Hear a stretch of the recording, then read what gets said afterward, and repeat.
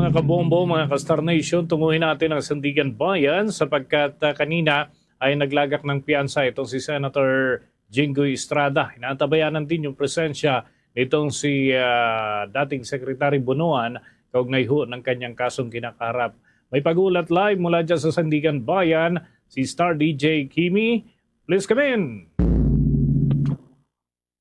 Bombo Dennis, nagkaroon ng matinding tensyon sa pagitan ng media personnel at ang kampo ni Senador Jinggoy Estrada dito sa Sandigan Bayan.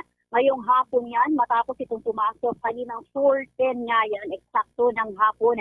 Halos 2 oras din ang inabot bago ito makalabas sa loob ng Sandigan Bayan.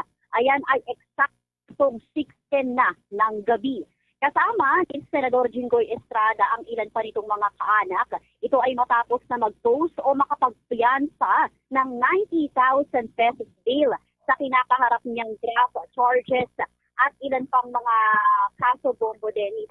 At kanina nga 6:10 ay halos yung mga media personnel din ay matyagang naghintay. At yung kinakaharap niya ng draft charges sa Bombo Dennis, ito ay pagkakaugnay ng senador sa budget insertions at kickback scheme sa flood control projects na nagkakahalaga ng 573 million pesos.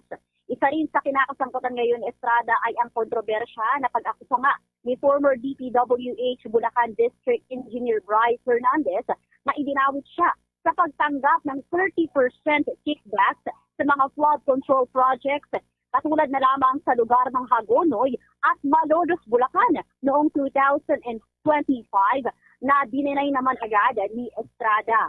Samantala, ang legal team naman ni Senador Estrada ay nag-file ng motion sa pag-withdraw ng arrest warrant.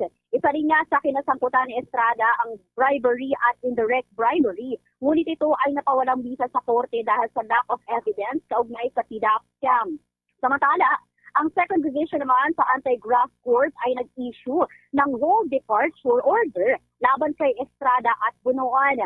Kung pag-uusapan naman, Bombo Denny, sa mga non-bailable plunder cases laban kay Estrada at Bunuan at iba pang body naman ang hahawak nito. Ito ay ang 5th division tulad na lamang ng ibang count of graft at mga kaso kaugnay ng flood control scandal.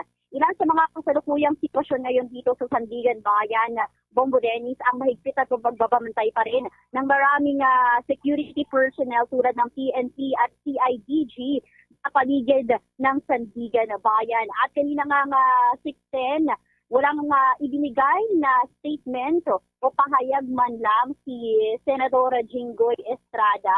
At tuloy-tuloy lamang siya doon sa pagpasok niya sa kanyang sasakyan at tila walang inik ang senador kaugnay nga dito sa kanyang pag-post ng bail o pagpiyansa ng 90,000 pesos ngayong hapon yan ng Biyernes, May 29, 2026, Bombo Dennis.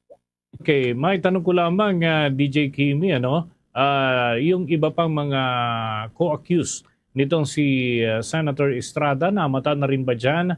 At meron bang pasabi kung sila ihahabol din na makapaglagak ng piyansa kahit gabi na kung meron naman silang coordination dyan sa mga opisyal ng Sandigan Bayan?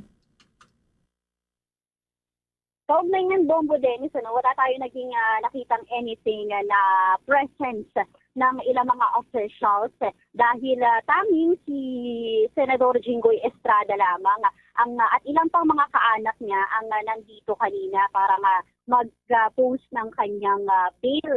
Maging ang kanyang mga security personnel ay yun lamang yung ating nakita na mga nandito sa lugar ng Sandigan Bayan na Bombo Dennis. At doon sa mga hahabol, wala tayong nakalap na impormasyon yan. Pero titingnan natin yung development kung may mga hahabol sa pagpapal nga dito, pagpupost man ng bail, Bombo Dennis. Okay, with that, maraming salamat DJ Kimi. Mag-ingat kayo dyan.